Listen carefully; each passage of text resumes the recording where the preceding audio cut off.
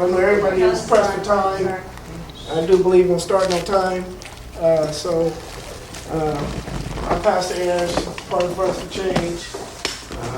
One thing, of course, everybody doesn't have to be religious in here, but I like to start off the meetings, with a little word of prayer. Me being a pastor, so I'm just starting with a word of prayer. Lord Heavenly Father, we praise you, we glorify you, we thank you for this time. We know, Lord Father God, that there's a lot going on right now, Lord, but in the midst of all this, Lord Father God, we can look up to you and look for guidance, look for structure, look for peace and joy. So we just ask that you be in this meeting, be in our minds, be in our hearts. Deliver, Lord Father God, a clear word throughout this city, throughout this neighborhood. We just want to send a message of peace and joy and love. In your Son, Jesus' name we pray. Amen. Amen. And we're sitting here, of course, in Ellie Hill Hutch, the community center. And it's under new management here, and it's an up-and-coming new community center. And with us being here, I felt that at least I would give the new executive director, Howard Smith, a chance to express some of the things that he's doing here and to make this the community center that it should be. Howard.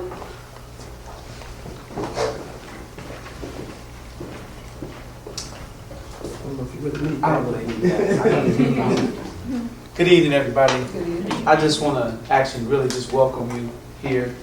And I'm happy that you guys have organized to deal with some of the issues of our community, and particularly in the areas of violence and community policing. And I think that in spirit of community, I think that if nothing else, is a good start. Because I remember the last time we started a group from community policing, we ended up getting that group CRN. And hopefully that we could work together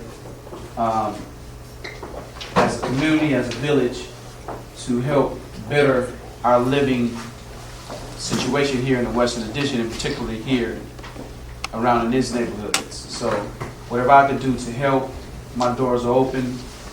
I encourage Brother Ares. I love his spirit. We need warriors like that on the battlefield. And whatever I can do as a service, I'm willing and able to serve. So thank you all for coming.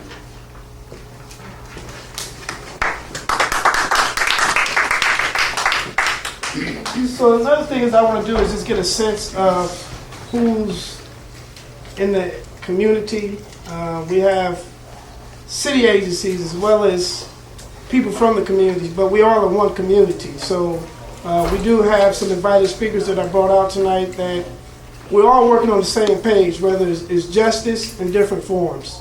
We're all working on the same form, though, is that last thing is justice. Some social justice, some criminal justice, but the key thing is we're all working for justice. And as you can see on the thing, it was the justice symbol on the flyer. There's only one justice, and it's hand in hand, So I just like to invite the community up here on our panel and those that I invited out to just share a few words on who you are and what you do. You start right here on my right. I'll defer to my boss. Okay. Would you like me to use the microphone? I don't know if you saw it. Well, good evening, everyone.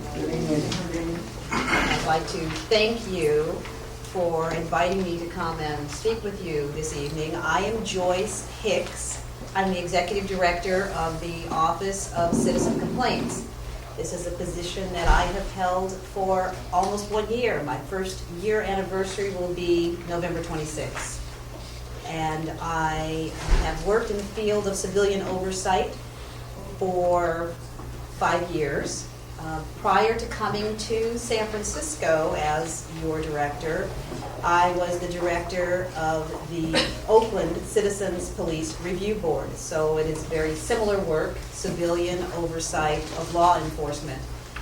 Prior to that, I was in the Oakland City Attorney's Office for many years. I have been an attorney for nearly 31 years. And with that, I will turn it over to Charles Gallman, the OCC Chief Investigator. My name is Charles Gallman. I'm a resident of San Francisco. I grew up in Western Addition.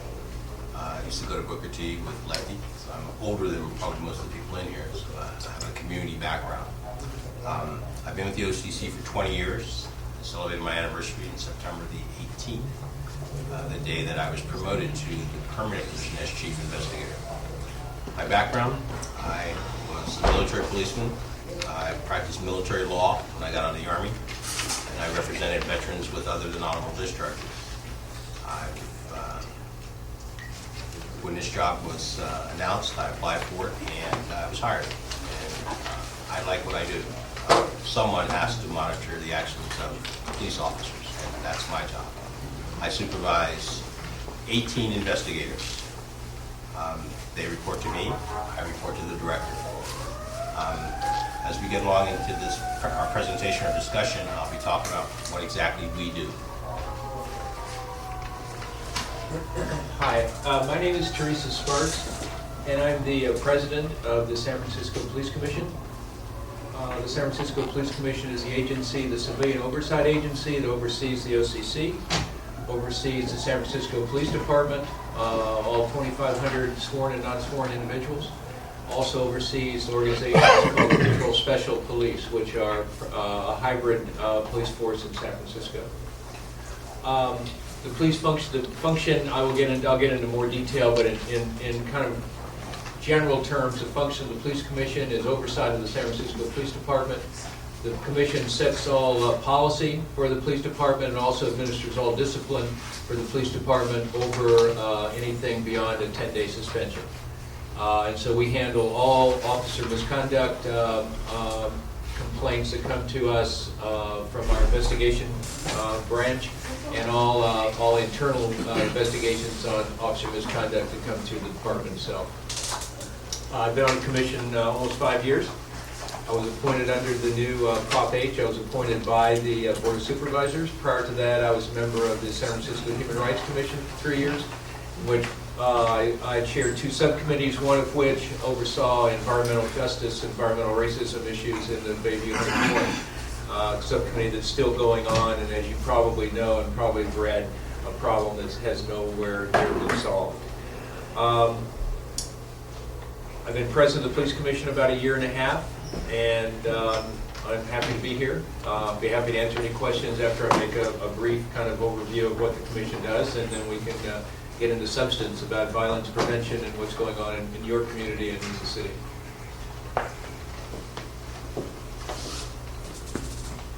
Good evening, brothers and sisters and community, and of course the panel.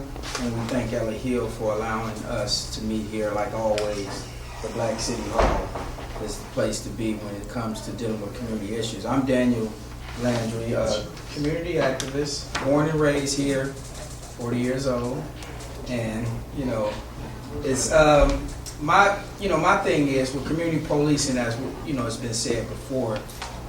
It's been an evolution of community policing, even to this point in the last 3 years.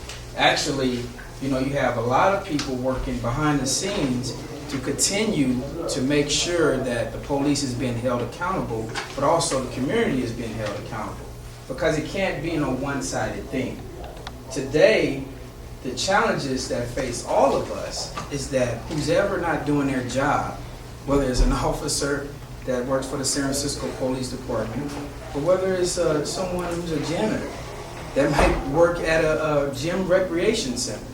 We have to, as a community, hold everyone accountable. So that's been the basis of my position from day one, and I want to continue to work along with organizations like Brothers for Change and work with the Police Commission, as well as OCC, and even the San Francisco Police Department, to make sure that we're holding everyone accountable. Because now when you look at the books, you look at the charters, you look at everything on the books, it looks beautiful.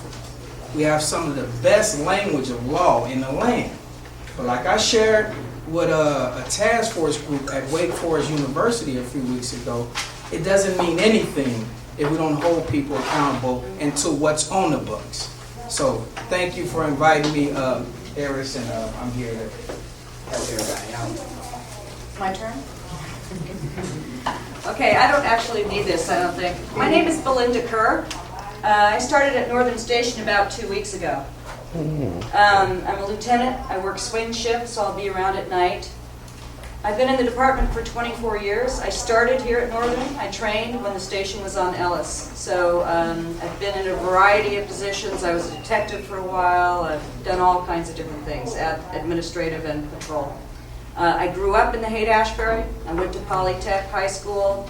Not only do I have a community obligation in terms of my employment, but I have a personal obligation, and I am here for you if I can help in any way. And I appreciate your remarks. Thank you. I'm Carol Johnson from the Brady Campaign to Prevent Gun Violence. And even though I live in Richmond now, I did grow up in San Francisco. So we're anxious to get our San Francisco chapter up and running. So since we have a short amount of people in here, I'm just ask everybody just say who you are. Just really say who you are. You know, don't get too deep because we got a little meeting, but you just share a little bit and get a sense of who's in the room. I'm going to go quickly at first because I first want to apologize because I can't stay. There's a real serious meeting going on up the street. My name is Randall Evans. I'm a longtime community activist. I actually, since the year 31, I started as an activist 31 years ago. I started as a painting contractor with a C33 contractor's license at a $42,000 contract to move right along up the pipeline. What I'm trying to say is that I appreciate the meeting you have here. One of the most important questions I hope that you guys will be able to touch on, even though I can't stay here to get the answer to, is through the police department an account called the Asset Seizure Fund. Many years ago, I heard about that particular account. It was supposed to be something that when there was an arrest made in the community, and you guys had a seizure of let's say, a dope dealer that was in the community, some of that money not only going to overtime for the police department, was actually supposed to go back into that community and help do some things in a community fashion to an organization. I'm hoping that that account is still accessible and that there become an opportunity that someone from this level could speak on to some of the brothers in this room. There's a meeting going on up the street have to do with some of the funding that may very well come to LDO Hutch. Talking about $2 million being a presentation up there. And I desperately need to get back up there, so I apologize for not staying. I wanted to make sure I came, and I appreciate all of you for being here.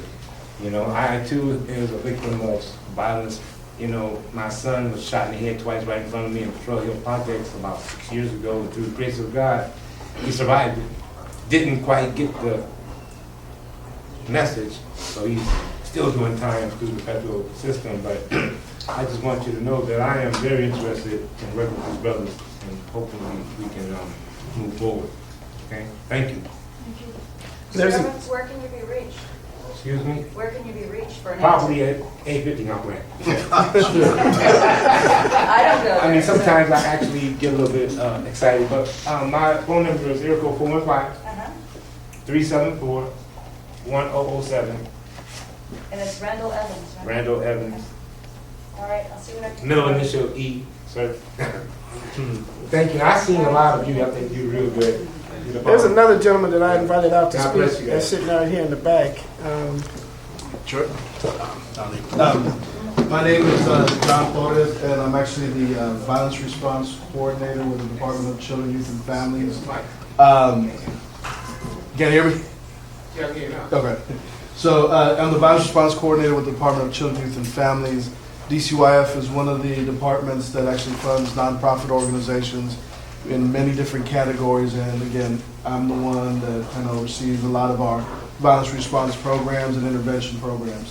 Not to be mistaken with violence prevention, because there's also, a ton of other work that gets done on an after-school basis, but as it was mentioned before, the CRN, the Community Response Network, is one of the things that DCYF funds, as well as other truancy programs and case management programs.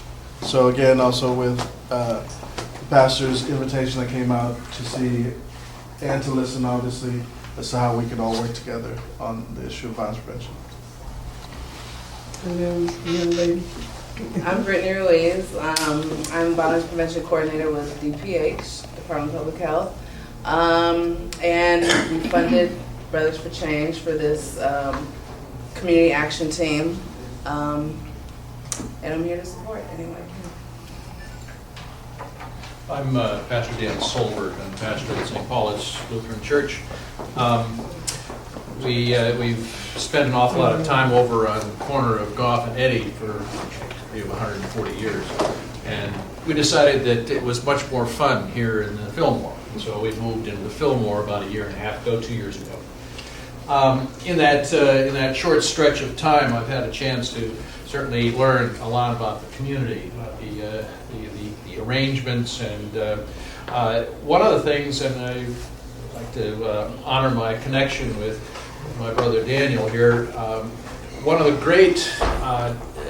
great issues that face the Western Addition is the issue of depopulation, the continuing undermining and elimination of African American people in this community. It's been going on for a long time. It is aggravated by an awful lot of the conditions that are part of our environment here, one of which clearly is the relationship between police and community. And that's one of the things that I have seen and I understand as being part of the natural progression of communities of color. And one of the reasons that I'm so delighted that this kind of operation has a chance to be lifted up, particularly things like gang injunctions and the activities of high-power police presence, and that goes directly to the point of dealing with issues of community policing. And I'm delighted that there is this kind of beginning process to examine and to engage the issues of relationships between police and community, particularly around the issues of depopulation. It's an issue certainly that faces San Francisco right down to its roots, particularly Bayview and the Hunters Point environmental racism issues. But clearly, any kind of activity such as this that can engage the issues of maintaining and supporting and encouraging the cultural diversity of our city, particularly here, since we live here. The Western Addition is particularly important. On that edge, one of the characteristics that has been part of the Western Addition, more in terms of the Fillmore, has been the process here of this. I don't mean to cut you off, Pastor, but we just having everybody just introduce themselves. We got plenty of time to talk, but since it's just a short amount of people in here, I just wanted to give people just a sense on who everybody was, and I know you got loans. Well, I also got to get back to another meeting.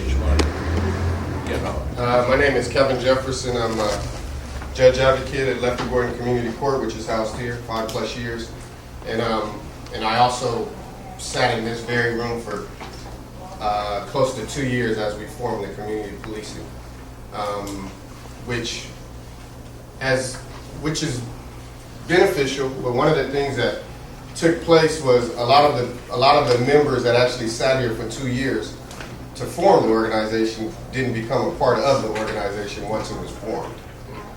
So I think that we may need to revisit some of that, because of the people that were here for 2 years are actually still here and are still concerned and are still doing a lot of the work that some of the members of the team are not actually doing. So I guess my point is that yes, it's working. Yes, there are partnerships. Yes, there are new members. But I think that there still needs to be a team to oversee and oversight what is going on, because there's monies being wasted. There's lives being played with, and a lot of madness going on. So I think that with all of these different entities that's being created, all of this money that's running around, all of these agencies that's doing this and that, I think there needs to be a group of individuals created as a task force or something to sort of oversee all of this madness, because time could go by, money could be expended, and lives could be wasted, and nobody's even tripping at the end of the day. My name is Kevin as well, Kevin Williams. I'm a member of the Western Addition community. Brothers of Change has asked me to become a part of their organization, and I jumped in with both feet because I used to work at El Hill. I had Booker T. Washington Community Center years ago before all this even started. And I'm just glad to get back active in this because a lot of things that's going on with our youth and in the violence that's going on, us as black men and our parents in the neighborhood have a lot to do with that because we didn't take the hand that we should have. And now the men in our neighborhood need to get back and join forces to pull our families together. And if we can do that with other organizations helping, that would be great. So anything that y'all can do to help us at the grassroots putting this together is truly welcome. But we need to do whatever we can to bring our families and our kids and our youth together. And whatever we can do to do that, I'm all for it. And one of the things I'm glad to see is that we have a senior community out here tonight that has been working so hard over the years to make sure that we're still here. So I'm glad to see you guys out and being a part of this as the founders of why we're here. Actually, we're on the backs of you guys. So we definitely want to hear from you tonight. We guys want you to introduce yourself. You want to start? My name is Lily McGehee. I live in the community, and I'm just a concerned community person, willing to do anything I can to help the kids out. My name is Tom Jones, and you might know me from years back. I worked here in the 60s before all this came up. I doubt if many of you know Leroy Luca. He started the crime abatement meetings here. And I worked with Shabazz back in the city that used to run around with the dog, and we policed the neighborhood. And I've been doing this work since the 60s, where we're talking about economic development, standing up on your own feet, put crime and begging about to pass. And so, but my big concern is different from him. I'm working with the Care Cancer Group in General Hospital with many blacks over there with all types of cancer. And I work in the areas of health and prevention. And that's my big thing now, is trying to get some of these guys over in the park and places coming up with the beer, drinking, fighting, and not leaving a good image for the kids. That we're trying to set up some programs and use this place. I've been even thinking about trying to put a bakery in here or put a business out there so we can bring some input and economic development in the neighborhood so we can train the kids in management, salesmanship, and things like that. I have a little information over here about my background and my association with this, and I've even talked to the director where this used to be a training program for job development. This was one of the #1 spots to train people in contracting work. We've lost that, and we need that terribly because we don't have a place where we can sort of steer these kids in the right direction. And that's one of my biggest things is prevention before they get into the hardcore criminality.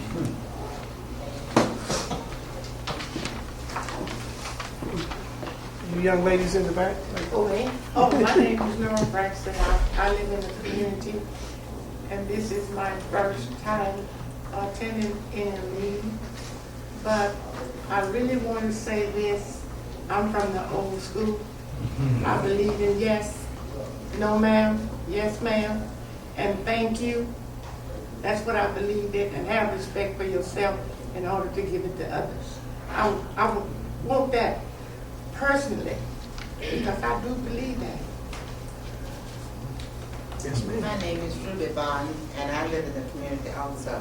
And I have one problem that I see in the community. It's our young people that are out so late at night, 12, 1 o'clock at night. You can tell they're young by their voices. And they just roam up and down the streets like it's broad daylight. And I don't see the reason for that. That's probably why so many of them may get in trouble, because they don't have any guidance out on the streets at that time of night. Okay, so we're going to move on into the agenda and give our panelists their minutes and tell exactly what it is in depth, a little bit on what they do. starting with Ms. Hicks and the OCC. Thank you very much. The OCC is one of the largest civilian oversight of law enforcement agencies in the United States. Our office was created by a voter-initiated charter amendment to the San Francisco City Charter in 1983, 25 years ago. The OCC was placed under the direct supervision of the Police Commission, as President Sparks told you earlier. It is an independent agency, separate and apart from the police department. And the Police Commission, of which Ms. Sparks is president, is also civilian. The Office of Citizen Complaints investigates civilian complaints against San Francisco police officers and makes policy recommendations on San Francisco Police Department policies. Our office is staffed by a diverse group of civilians who have never been San Francisco police officers.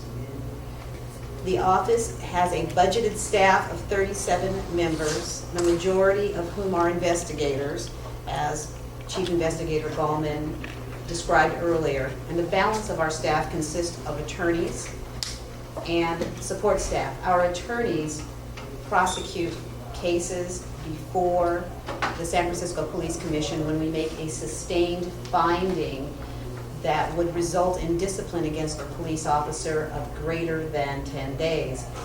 The attorneys also appear before the chief's representatives when we sustain an allegation where the discipline would result in 10 days or less suspension. It is the goal of the OCC to increase the public's trust in law enforcement by being the bridge between the public and the police in matters of police misconduct and police practices.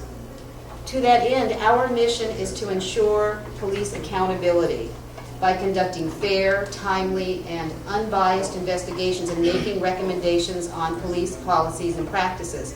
I found it interesting in looking at the community flyer that Proverbs 31 verses 8 and 9 were on the flyer. And those, the words of those proverbs are very important. Speak up for those who cannot speak for themselves, for the rights of all who are destitute. Speak up and judge fairly. Defend the rights of the poor and the needy. And civilian oversight of law enforcement provides civilians with the opportunity to make their complaints not before sworn law enforcement, but before people who look like them, who are civilians themselves. We conduct investigations to find out what happened, and Chief Investigator Gallman will go into greater detail about the complaint filing process and the investigation process. But in short, we follow the evidence. Once we complete an investigation, we make a finding of whether the complainant officer violated any police department rules or local, state, or federal laws. If we do sustain a complaint, we forward the report either to Chief Heather Fong for further action or to the Police Commission. Chief Fong can hold a disciplinary hearing where up to a 10-day suspension is imposed. And as I said earlier, recommended discipline greater than a 10-day suspension is subject to Police Commission jurisdiction. One very important service that the OCC provides as an alternative to discipline is mediation. This calendar year, the OCC has conducted 61 mediations. Last calendar year, the OCC conducted 47 mediations. Our mediation program allows complainants to resolve issues with the accused officer in person in a dispute resolution format.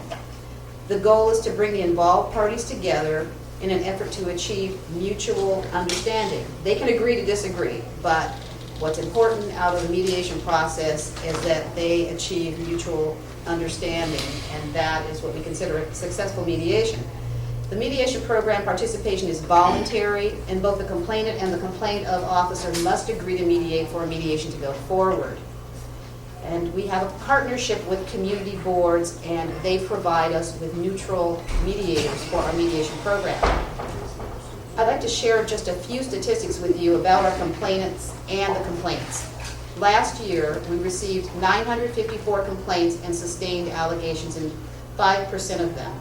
We made findings of not sustained in 55% of those complaints, and that means that there was not a preponderance of the evidence for us to either find that the officer engaged in misconduct or did not engage in misconduct, so it was not sustained. We made findings of proper conduct in 20% of the cases. Approximately 25% of the complainants were African Americans. Caucasians comprised another 25%. Another 25% declined to state their race. Additionally, our complainants included Asian Americans at 7%, Hispanics at 10%, and Native Americans at 1%. Nearly half the allegations we sustained were for unwarranted action. And what do I mean by unwarranted action? Actions such as unlawful detention, arrest, or search. The next largest percentage of sustained allegations was for neglect of duty. And that could mean failure to complete or take a report, failure to facilitate a citizen's arrest, failure to properly process property.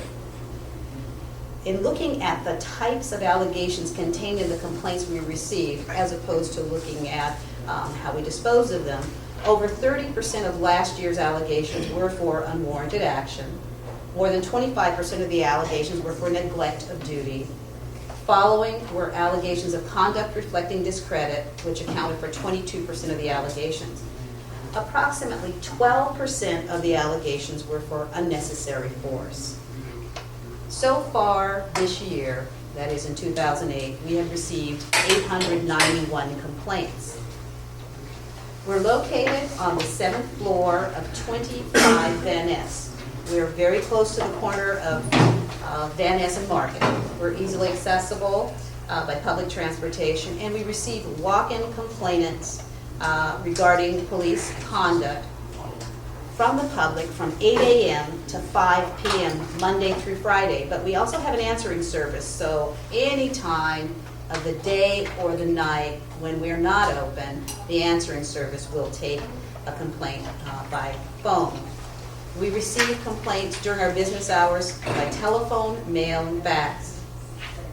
Last year, about 33% of our complainants walked into our offices with their complaints, and at that moment we took their interviews and we took their statements. Another 25% of them phoned in their complaints. Our staff, as I said earlier, is extremely diverse. We speak several languages, and if we don't speak the language of the complainant, we also have a translation service that we use. That concludes my remarks. We'll save a little time for questions, of course, and Mr. Coleman will talk more specifically about the complaint process. Well, just so that we don't break it up. When an individual comes into our office or notifies the police department, because they're required to, if a citizen walks into the police department and says they want to file a complaint, the police officer is required to assist in taking of that complaint. Those complaints are forwarded to our office. Once a complaint has been filed, this is the complaint form. I left some in the back with some of our brochures. What we ask the citizen to do, let me clarify something. You don't have to be a citizen. We take complaints from anyone. People who are involved with the police, or they saw something on TV and they wanted to file a complaint, or they read something in a newspaper. You do not have to be a citizen to file a complaint. We take complaints from, we do not question a person's immigration status. Again, we are required under the charter to take every complaint that comes into our office. We do not manufacture complaints. We do not go out and solicit complaints, because that's one of the gripes I hear from officers. You guys are out there beating the streets looking for complaints so you can bring charges against us. We don't do that. We don't have the time or the resources to do that. When an individual has an issue with a police officer, we ask them to complete the complaint form. We ask them for their name, obviously. If they don't want to give it, they can remain anonymous. We will investigate anonymous complaints. We ask for some demographic information. They do not have to complete this. Whatever they put down here is what we're going to go with. But we will ask. We're going to ask them, where did the incident take place? If you were, let's say, walking down the Fillmore and McAllister, a police officer stops you, that's the information we want to know. Where did it take place? What time did it take place? It's the captain of the Northern Station out there. We want to know, were there any witnesses? We are also going to ask, did the complainant, the person who's filing a complaint, were they able to get the officer's name? If you approach a police officer and you ask him for his name or star number, they are required to give it to you. Their failure to do so can generate a complaint against them for neglected duty. We also ask if we tape record all of our interviews for the complainant's protection as well as ours. We want to make sure that what the complainant is telling us is what we're going to investigate. We're asked if they were injured. If a person says that they were injured at the hands of a police officer, we're going to ask them to fill out a medical release form because we need to document and corroborate everything that we do. We're going to ask if the complainant got the name, vehicle number, badge number of the officer. If they have that, that's fine. We will go with that. But if they don't, basically what we need is time, place, location. And if you can give us the ethnicity of the officer, we can track this. Excuse me? No, not you. We have access to every transaction that the police officer makes in his radio card. Every time they make an entry in their MVT, we have that. If they make a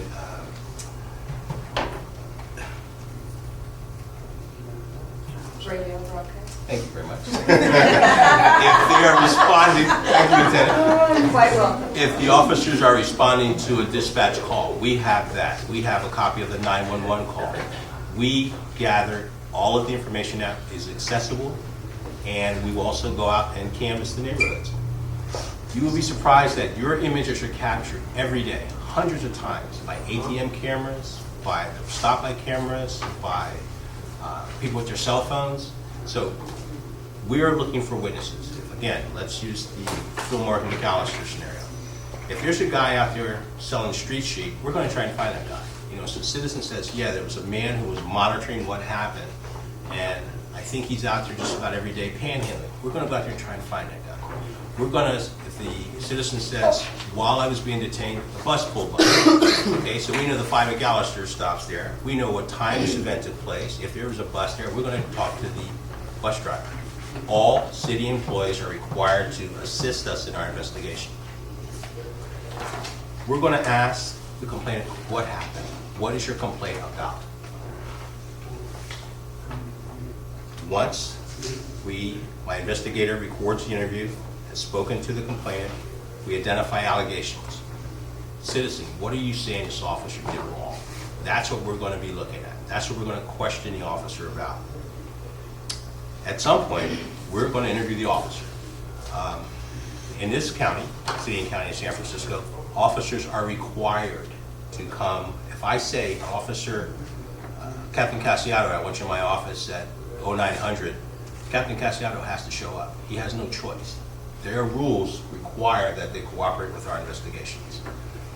Once we have we've done our initial interview, we've identified the allegations, we've done our canvass on the streets. This director has been very aggressive on getting our people out into the streets, meeting people, and doing more field work. Once we've conducted our interviews, we've interviewed the officer, the accused officer, and any witness officers who were present, we have to make a finding. Was the action complained of proper under the rules that govern the San Francisco Police Department? If that's the case, if the evidence shows that, that's the call we're going to make. If the evidence shows that the officer acted outside of the rules of conduct, we will sustain a complaint against them. Sustain means that we have proven by preponderance of the evidence that what has been alleged by the citizen, we can prove. If, as the director said, there's insufficient evidence, you have the scales of justice here. If the scales of justice don't tip in either favor, that's a not sustained. We cannot prove or disprove the way the complainant said it happened or the way the officer said it happened. So we're going to make a finding of not sustained. We can't prove it, either one way or the other. If the complainant files a complaint, and let's say after talking to my investigator, leaves our office and says, hey, OCC, forget it. I just want to withdraw the complaint. We will withdraw the complaint. We will record that withdrawal. The investigation stops once that complainant says, I no longer want to participate.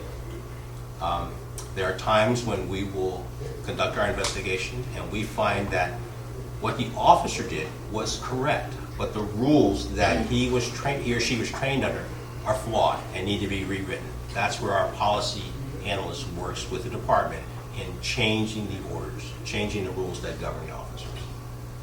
Okay? Let's say we sustain a complaint. One of the things that for the last 10 years, I've been educating new officers about our process. I get them when they're in their second day in academy, and I get them again when they're about to go out on the street. And one of the things that the officers say, the rookie officers say, well, who monitors you guys? You guys are monitoring us. Who monitors you? Mr. Sparks monitors us. Director Hicks monitors my conduct. I monitor the conduct of the investigators that I supervise. If we sustain a complaint, that complaint is forwarded to management control, which is the old internal affairs, and they review our complaints on behalf of the chief of police. If the chief concurs with our findings, which she has done, she looks at discipline. As the director said, the chief can impose discipline 10 days or less. Anything exceeding 10 days, such as some egregious excessive force, some negligence on a police officer's part that led to an injury of another party, those cases are referred to the police commission, where President Sparks sits in judgment of the officer's conduct. The police commission can fire officers. So I've given you a kind of fast overview of what we do, but I'm more than happy to take any questions that folks have.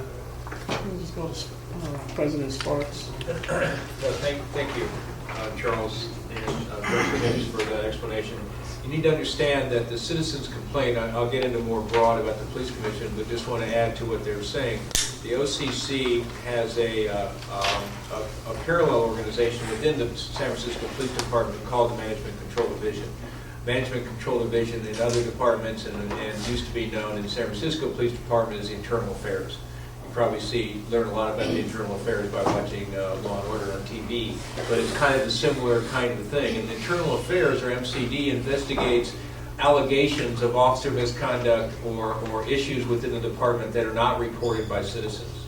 For instance, Fajita-gate was an allegation where there was an issue that's very well known in the department. That went through Management Control Division and was investigated through the department. That one had its own twists and turns, so there are actually two parallel investigative arms of the San Francisco Police Commission, one within the department itself and one outside the department, the OCC, investigating complaints of officer misconduct or policy breaches of policy independent of one another.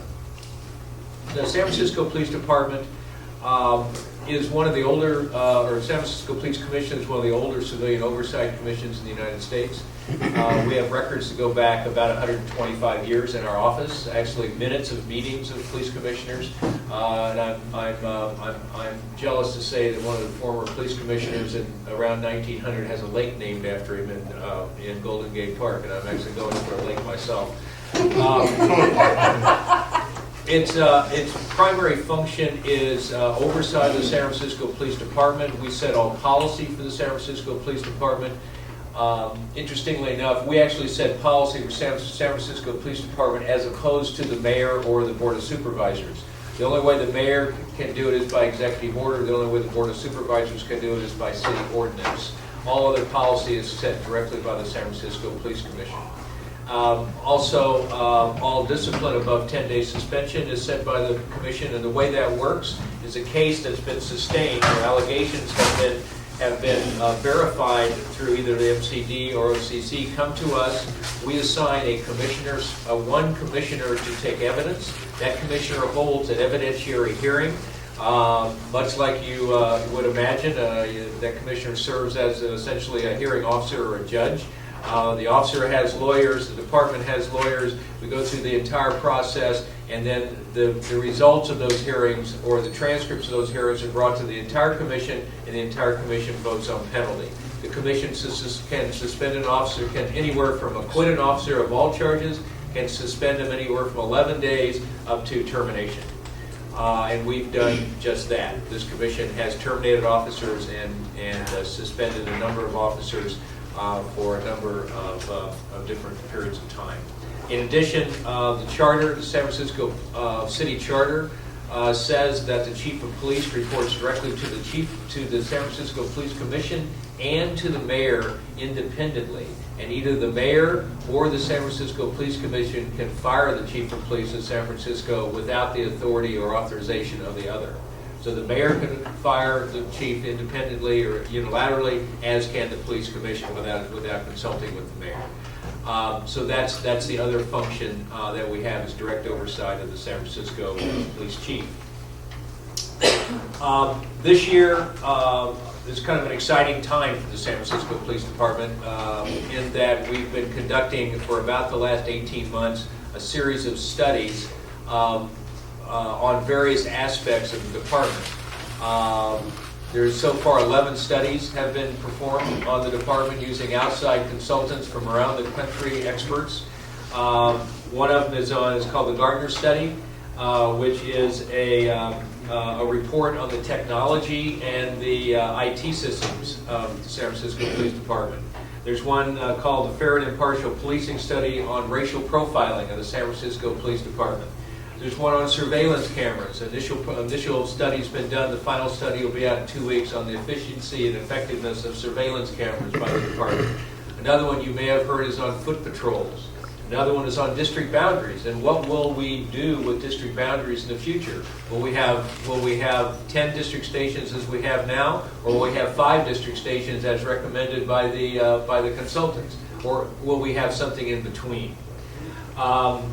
We're now just finished a study that's been performed by the Police Executive Research Forum out of Washington, D.C., which looked at the entire culture, organization, staffing, and operations of the San Francisco Police Department from top to bottom, all the way from organizational study to number of officers required, interaction with the community, etc. There's a study that was performed by the Community Policing Advisory Committee talking about community policing and how that has worked in San Francisco, which was comprised of about 28 or 29 community leaders from around the country, around the city. There's also an audit performed by the Office of the Controller that looked at the OCC operation and made recommendations on how the OCC operates. There's also a 2008 to 2013 violence prevention plan that we're looking at that has been completed. And there's also, we're just finishing or getting ready to start a study on patrol special officers, which will look at how patrol special officers fit within the framework of San Francisco community policing.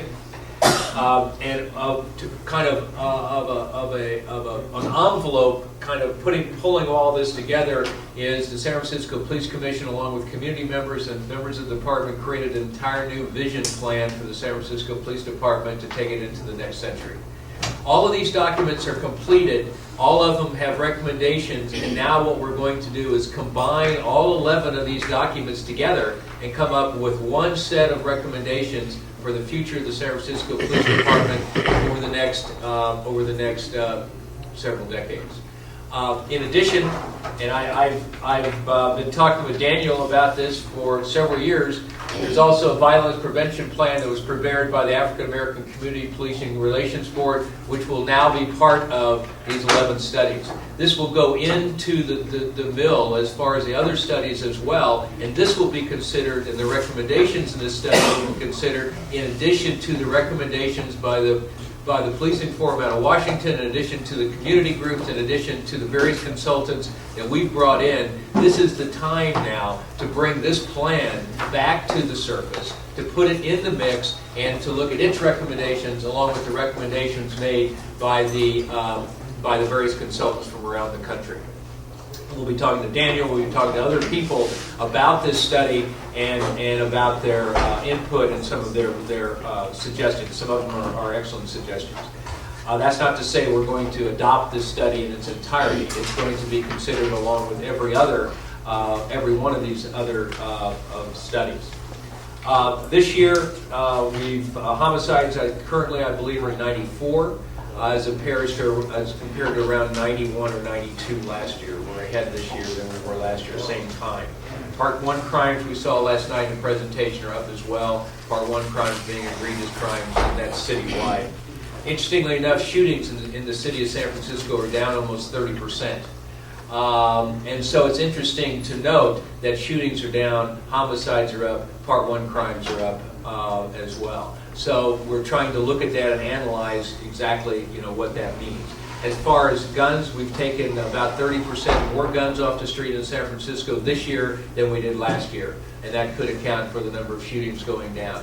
Violence prevention and homicide prevention is the #1 priority of this department today. Captain Casiato might want to elaborate a little bit on what they're doing here in Northern Station, but there's a zone type of policing where there's an increased policing in certain areas of the city, this being one of the areas. There are extra resources being given these areas. There's different training being given. Some of the foot patrols and community policing officers, and so we're focusing very, very heavily on violence prevention, and I'm hoping over the next few months we're going to see more and more results from those efforts. That's kind of what we do and what we're doing now. I'll be happy to answer any questions as we go forward, and we can have this general dialogue if that's what you want. Daniel, share a few words, and then we go into the community style. Right here, so everybody. Well, first of all, again, thanks for sharing with us what OCC and obviously the Police Commission does in our city. The things that I wanted to touch on, things I wanted to feel like Oprah. Everybody get a mic in the hand. But the things that I wanted to touch on, dealing with the evolution of policing in San Francisco. Now, we know that San Francisco is a great city and a phenomenal city when you look at it on a global level. I seen in a National Geographic books, it actually says San Francisco is the world city. And this is a city that was established in 1850. That's not a long time.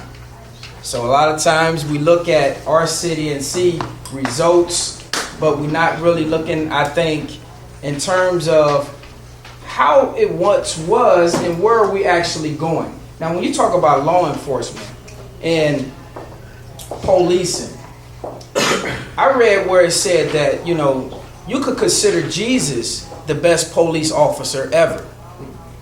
But why?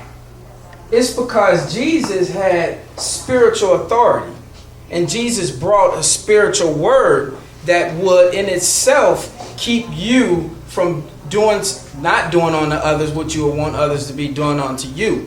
Now, if I look at San Francisco, and I'm going to connect the dots, I read somewhere also when, we was establishing policing here in San Francisco, there was great distress among the people. You had vigilante groups. You had a lot of problems. And it started off very humbly, of people gathering themselves together and, petitioning the mayor, petitioning the sheriff to form the police department that we have here. But what was interesting to me for what I could see is you always had the voice of the people that was there, that was guiding, that was giving insight to what the people will and what the people wanted their city to look like. And over a period of time, unfortunately, as things evolve, you start seeing that the voice of the people start somewhat disappearing. See, because when we say, OCC, and we have, an agency that monitors the police officers, that's a beautiful thing on a surface level. But if you go back, and each one of us should go back and do the research and look at the people who opposed OCC when OCC was being established, you would be shocked. Because you would say, why would someone oppose something that helps regulatory the whole the police force and makes all our citizens feel they have somewhere to turn to. Obviously, if the police used to police itself, that was a problem. And this is why someone had an idea of OCC. But even you go back further, and I heard Commissioner Sparks was speaking, and it is true that the Police Commission has a great history, but there was a lot of people opposed to the Police Commission when the Police Commission was being created or put together. What I'm saying is that in evolution, and even policing, which started here in this country, you know, the origin of it is not a pretty picture. Policing came out of slave catching. That's the root of policing in the United States of America. Now, a lot of people don't want to talk about the real core root issue. But how can we ever solve the problems that exist today if we don't know how these things began? And, you know, to be just straight up about it, it doesn't mean that we're pointing fingers, but we do got to know why is the things the way they are now.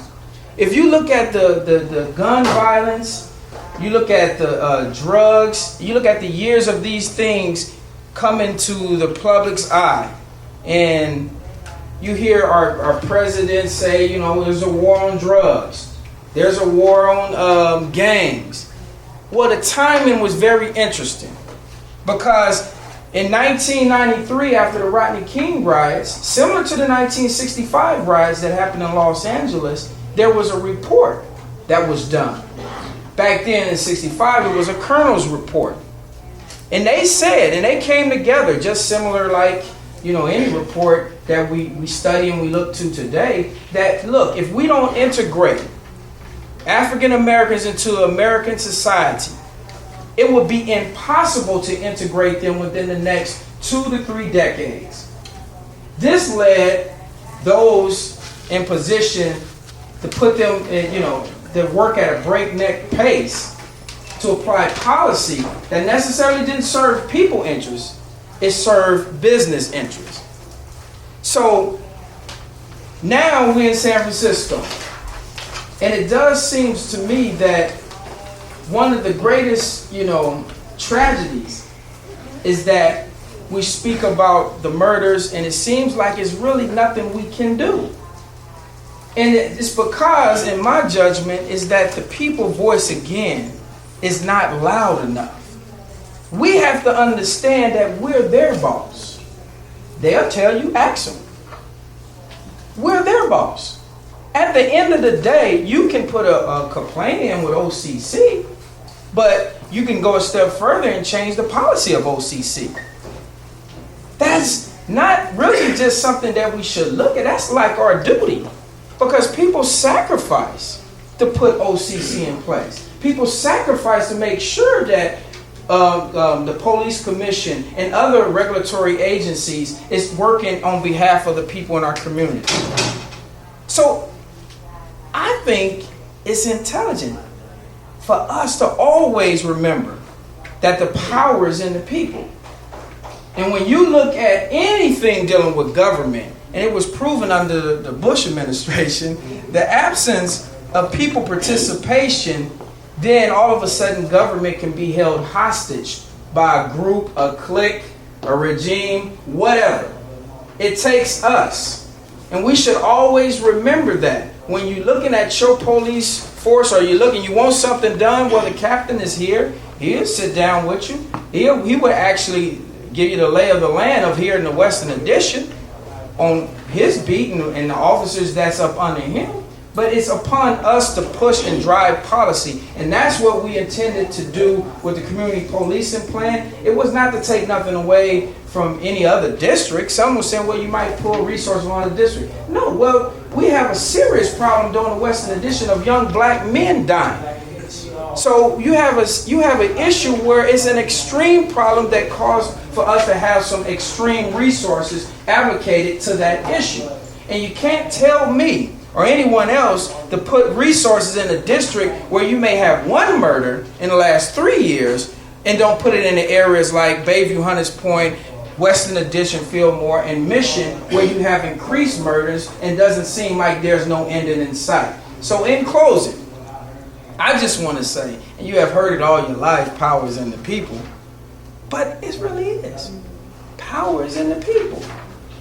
And it shouldn't be offensive to anyone, because I know commissioners, from other cities. We met with the mayor in Oakland. We meet with the chief of police in Oakland. We met with the chief down in East Palo Alto. Don't look too good for her right now, but we met with her. Also, we're meeting with other law enforcement agencies throughout the United States. And they all agree that, look, help us clean up the communities. And that's why the community policing plan and building a relationship. Now, we got a job to do too, and I guess, I can end on this note. Barack Obama said that. It's not just putting it all on them.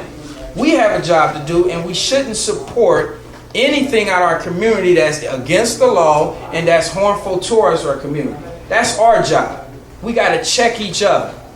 And then at the end of the day, we can sit down and have lunch, brunch, and speak intelligently to each other and come up with more plans to help our community. So thank you very much. And I look forward to working with everybody. So over the last couple of, I guess about a year now, we've been working on called a gang injunction. And the gang injunction zone is from Eddie and Laguna to Eddie and Divisadero. Now, I know a lot of people don't know what a gang injunction is. The gang injunction was put in place so you have 3 communities, which you call Plaza East, Martin Luther King, Marcus Garvey Complex, and Robert Pitts Housing, where young men have been cited. Well, it's been sued. They've been sued as an unofficial gang by the city attorney's office. They told them they couldn't hang out together. They can't throw up gang signs together. They can't do criminal activity together, basically. And what we did was, we said, okay, we're going to come up with an opt-out plan for these gentlemen. There is no way that you get off this list. You're a criminal for life. They're criminalizing you for life. And we figured that at least they should have a chance on getting their names off this list, because it's a hindrance to them. So what we did was we applied for a small grant as an agency to come up with an opt-out plan. So we've been working with the young men and trying to help them adjust their lives, but at the same time, we've trying to get the community, the police department, which we've had a lot of dealings with, especially the gang task force. And I call it harassment until a lawyer told me don't call it harassment. It's illegal practices, pulling up on young men, going in their pockets all the time.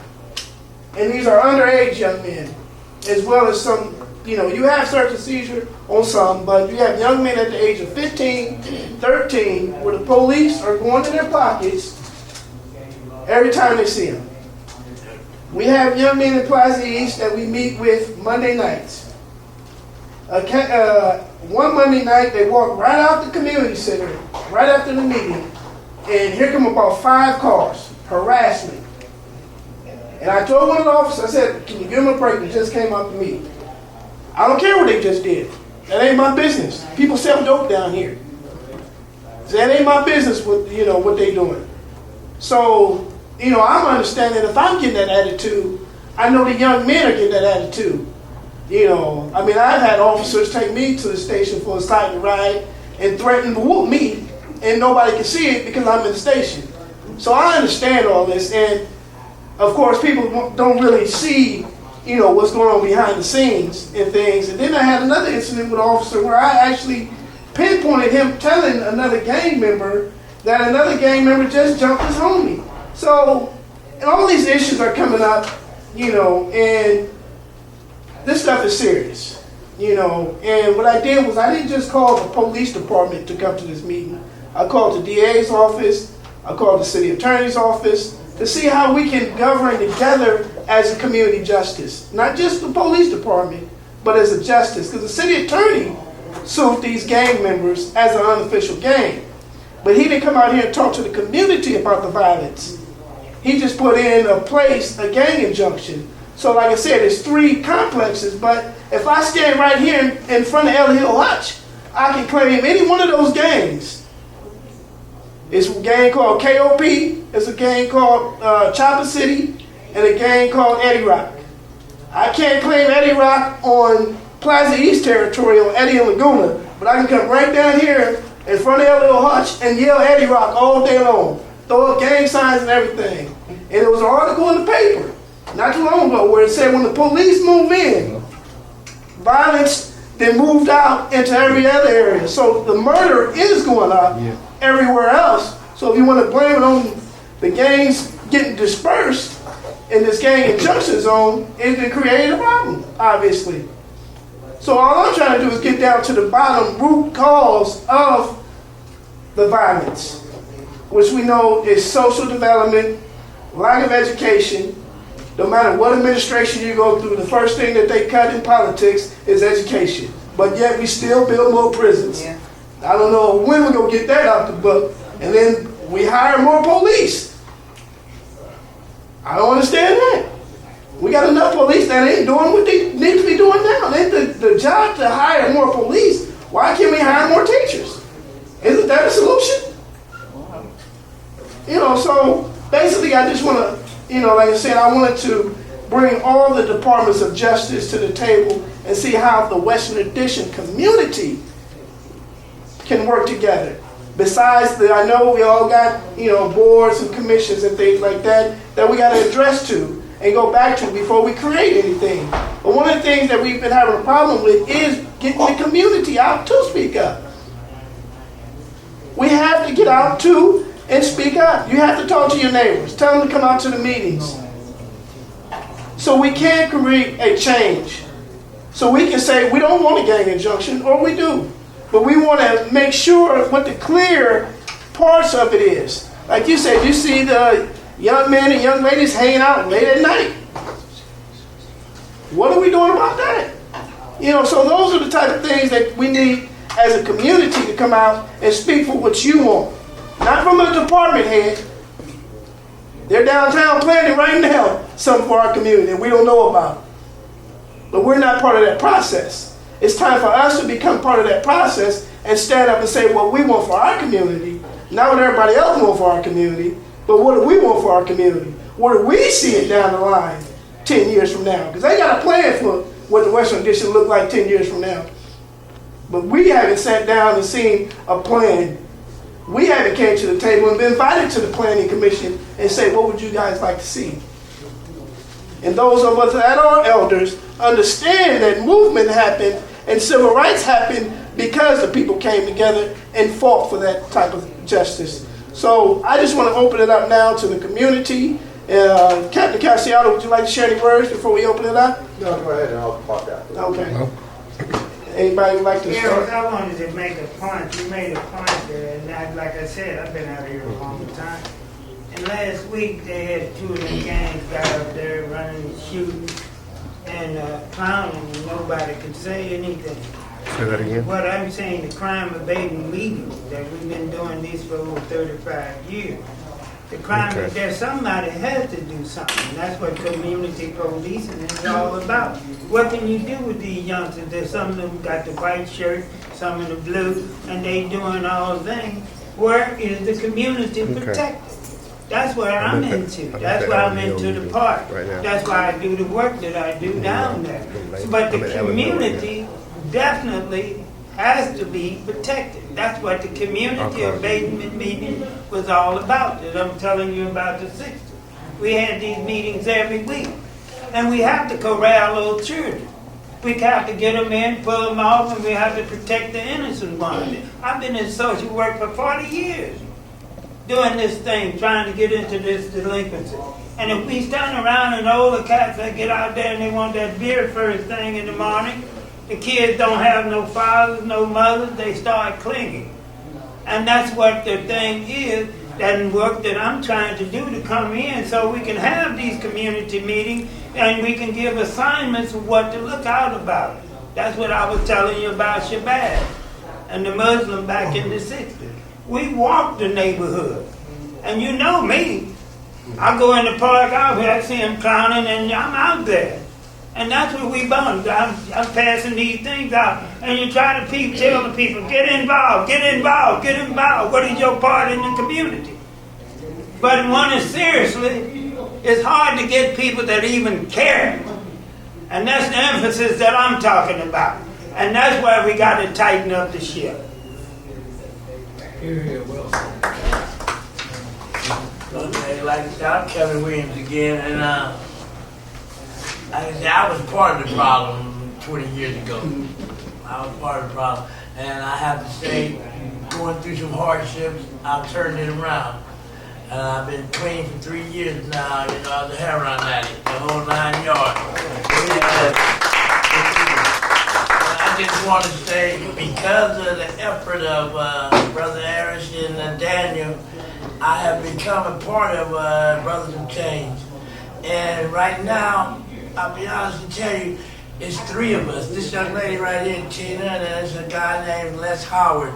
We have the Plaza East area. We have got 4 young men studying to take their GED. We got 10 back involved in high school. But it's only 3 of us. And we're all not educated enough to show them in all directions. And if us 3 can make little changes, if we just had a group of people to help us make this change, because Brother Daniel and Eric, they doing the paperwork so we can make these things happen. But we need a lot of more people in the Army, you know, because it's going to take an Army to change this.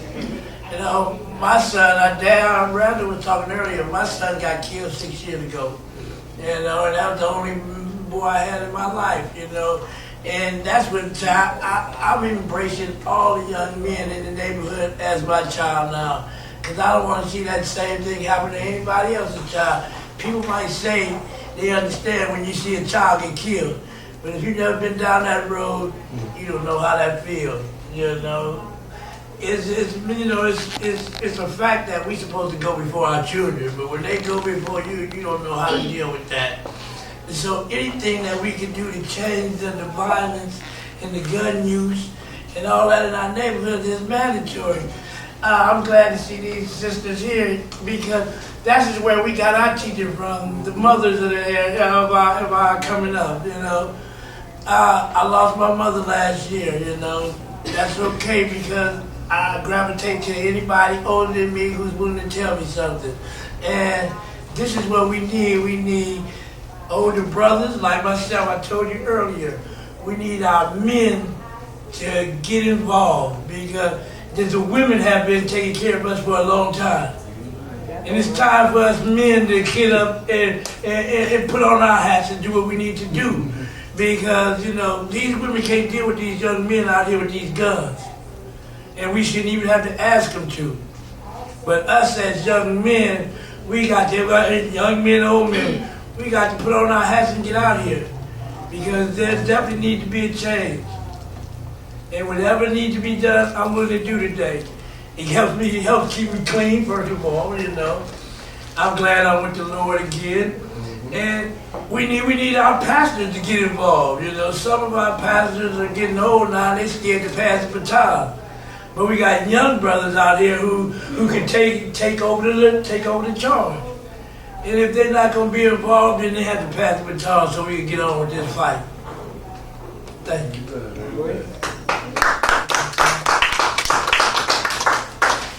Anybody else? I mean, what do you guys want to see in your community? I mean, we have the captain here of Northern District. Why don't you come up and introduce yourself, Captain? Everybody might not know you. Captain Cassiano from Northern Station. Actually, what you've been talking about today is the goals that I would see, and I would start with this premise. Every arrest that is made represents a sociological failure. We, as a society, have failed on every arrest. And our goal should be, if he was right, our goal should be to not have a police department. We should be working as a society that would have no need for the police. What would the police officers be if we had no need for a police department? They'd be teachers. Teachers and coaches. Because outside of parents, those are the only other people that enforce rules and maintain discipline. So you're all talking about the same thing. And that's what we're talking about. We're talking about parents, we're talking about teachers, we're talking about coaches, and we're talking all about a safe environment. Most of the people that we're running into on the street, time and time again, and are young men and young women who have an educational lapse, gap. They have a parental lapse and gap. So how are they going to even get out of this slick hole that they're in? It's like a bowl that's been oiled and they're trying to crawl out of it. And it's really, really difficult to crawl out. My brother, this next month, will be 12 months sober at 51 years old after 25, almost 30 years of being under the influence and out on the streets. What did he do and accomplish by doing that? He stole the peace of mind of my whole family.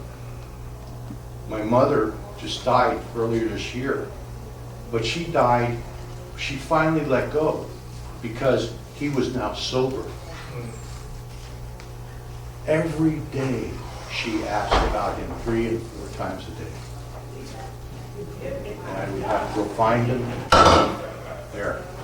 But his, he went through 3 counties worth of criminal record. But again, another thing that I say, which sometimes San Francisco does not have a homeless problem. We have an acute mental health issue, and we have an acute substance abuse issue. The criminal justice system cannot fix it. It has to be put, the front end has to be put on the criminal justice system, and it has to be a health component. But we have to be able to take people that are on the street, that are under the influence, and take them off, help them triage, give them all this, not process them through the criminal justice system.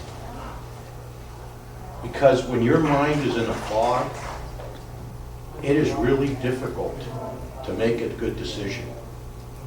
And if we can get your mind off the fog, get you rested, and I've been through this with Tim so many times, but finally it looks like it's taken hold of me.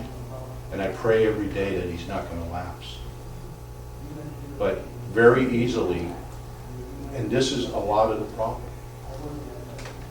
A lot of the problem. So to you, my heart goes out to you.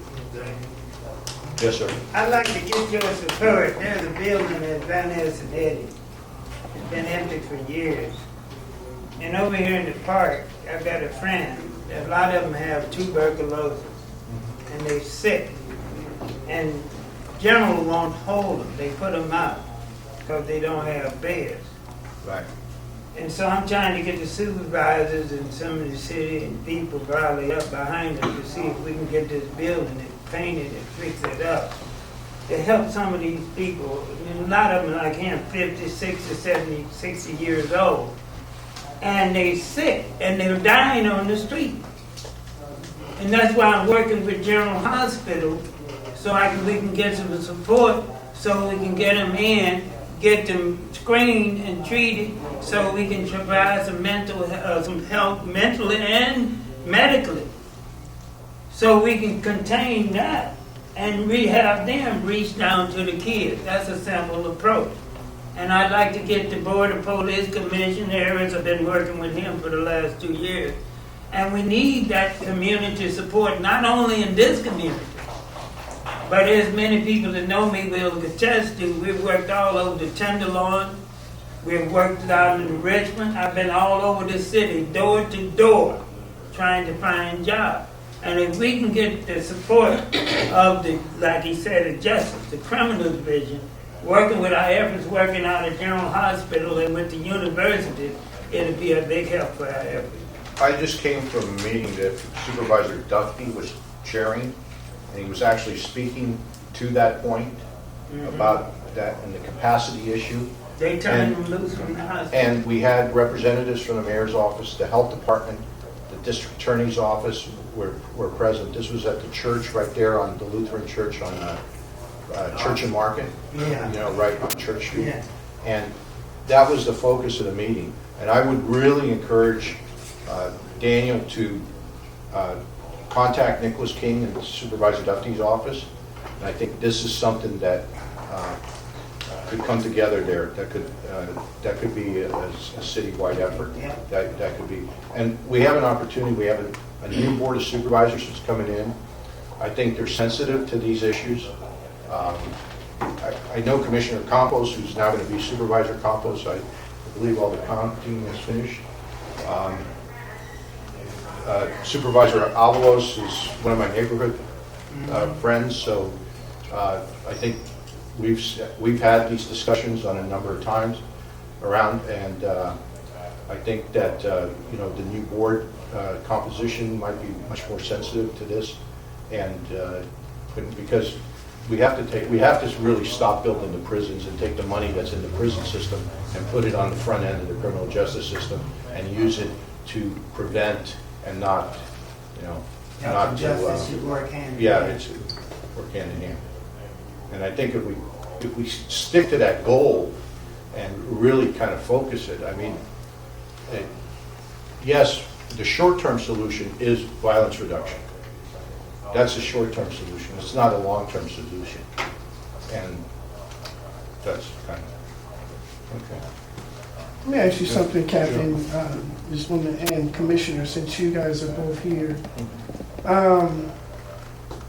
Now, putting something in place, and I know you said that we got these studies and things like that, and I know Captain Switch and things like that, but how can we put something in place for Northern District Station that stays in the station as far as community policing for this community, beyond captains and things like that? Because I know new captains bring new ideas. But how do we have something that in place that says that this is the model for the Western Addition? How can we keep something like that in place, whether you get, you know, whether you stay there, one day you'll be gone, and there'll be a new captain? How does something stay in place? Well, you have to make a roadmap. What it is you have a map. We have the map up on the report. And that's what, to me, what the PERF report and the reports that are, I've been telling my officers, read the reports, read at least the executive summaries of the reports. And I've been telling them, this is the roadmap for the next 10 years for the department. And it's something that, like when Commissioner Sparks was saying, you're going to put the, and I was involved in a lot of meetings, and especially with the Mission District, on the community policing plan. So I know of it from the beginning. It's going to be in part of the roadmap. But you have to participate, and the community has to participate. The ideas have to be followed, and once the roadmap is put in place, and that's what the policy is. The policy is the roadmap, so that you can point to it and say, we're going to follow it, and we're going to follow it. So it's not an individual that's following it. It's a whole department. It's anybody who understands it follows it. That's, and what I do with the patrol plan, and most of you have seen the patrol plan from Northern Station.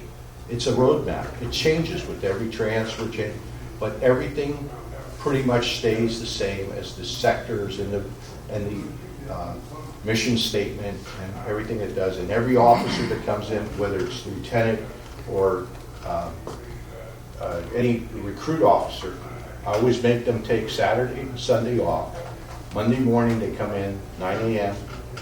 They get a copy of the patrol plan. We go through the patrol plan. We introduce them to the station, and we give them the roadmap of Northern Station. And it's our job as supervisors to make sure that they follow it. And when they don't follow it, we have to deal with it. But that's what we're trying to do. But that's the roadmap.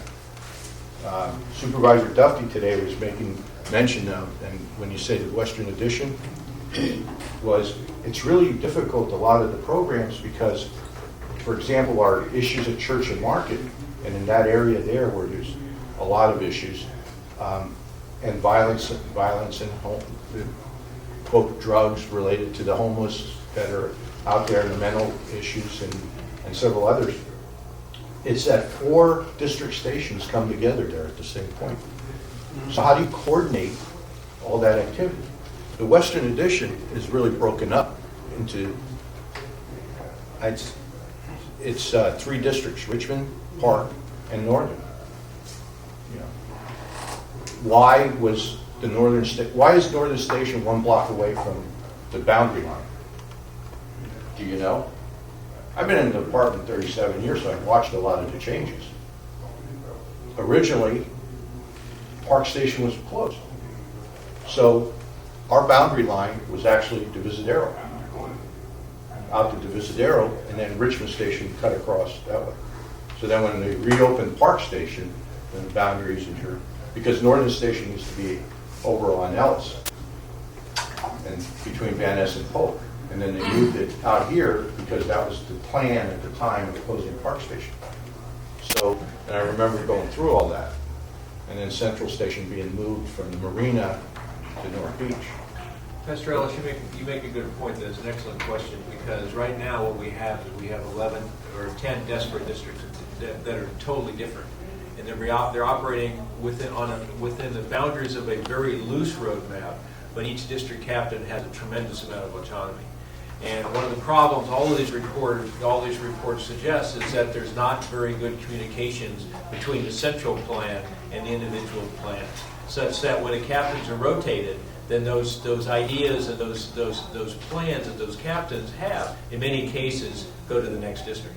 So what these studies are trying to do is put together a more definitive overall plan, and then continue to give the captains autonomy, but they have to have autonomy within the constraints of the overall roadmap that Captain Cassiano was talking about. Now, Captain Cassiano is probably one of the most innovative, if not the most innovative captains of all of our district captains, without question. And he's instituted a lot of things out here that some of the other districts probably will be emulating, and some of them, quite honestly, are being touted in some of these studies as maybe a model for use throughout the city. I think there's an interesting point Daniel makes. We had probably the highest citizen participation in these studies of any study that in recent memory we've had in the city. We had over 100 working groups, including focus groups, including community meetings, including citizen participation, around the city for over 18 months. But think about it, 100 groups and an average of 20 people, or let's say 25 people. We're talking about 2,500, 3,000 maybe people out of a city of 863,000 people. That's still not a very large community presence when you're talking about reshaping the future of the entire law enforcement system or policing system of this city. So what Daniel says is absolutely correct. People need to be involved, but the system needs to give them the vehicles to be involved. And that's what hopefully we're going to be able to do. But some of the suggestions on these studies will be implemented relatively quickly because there's really no money involved. It's an organization. One of them is problem-solving teams. Each one of the district stations reporting directly to the captain will have problem-solving teams, which will be a crime analyst, which will have direct access to CompStat and statistics on a daily basis and by neighborhood daily basis, and they will then assist the captain in coming up with daily crime-fighting techniques and strategies based on what's happened in the last 24 hours. And this will give a more rapid response, and then that will be coordinated with the citywide CompStat and crime and problem-solving teams that will coordinate all up in the district station. So some of these are state-of-the-art and best practices being used elsewhere in the country that we're going to bring here and implement. But I think what you say is correct, is there has to be a very a very strong plan, kind of overview plan that then can be manipulated and can be fungible at each one of the district stations. No, I know you got with Rashid. Oh, yeah, I just wanted to say that, I'm with this organization, the Brady Campaign to Prevent Gun Violence. I don't know how many people are familiar with the organization, but can I just get a show of hands just out of curiosity? See, that's probably my point that, okay, I lost 3 people to gun violence over in Richmond, and before I got involved, I had never heard of the organization, and that's because they have a well-deserved reputation for just staying in the suburbs. So that's part of the reason why I got involved, was to bring them to the inner cities like Richmond, San Francisco. It doesn't make sense to stay in the suburbs where you have your occasional shootings. And so but I've been having a hard time because I don't live in San Francisco, even though I lived here for 26 years. I've been living in Richmond. So I can't be the chapter leader here because they keep saying, well, when you talk to the politicians, they want somebody who lives here. And we've had people, we've asked people to help, and they keep flaking out one by one. So I'm running back and forth between Richmond and San Francisco, and so on. I have to get back to Richmond tonight. And if anybody wants to volunteer, because the politicians need to do their part, right now they're scared of the NRA. So with Obama being president, when Bush was in there, and the NRA had their own office in the White House, but Obama's in now, so they'll be out. So we don't. I don't know. You said people were involved in the 60s, and right people like Well, no, I just wanted to say, about, because you were speaking about somewhat like institutionalizing community policing. And one of the things that we mentioned in the plan was to offer a community policing department.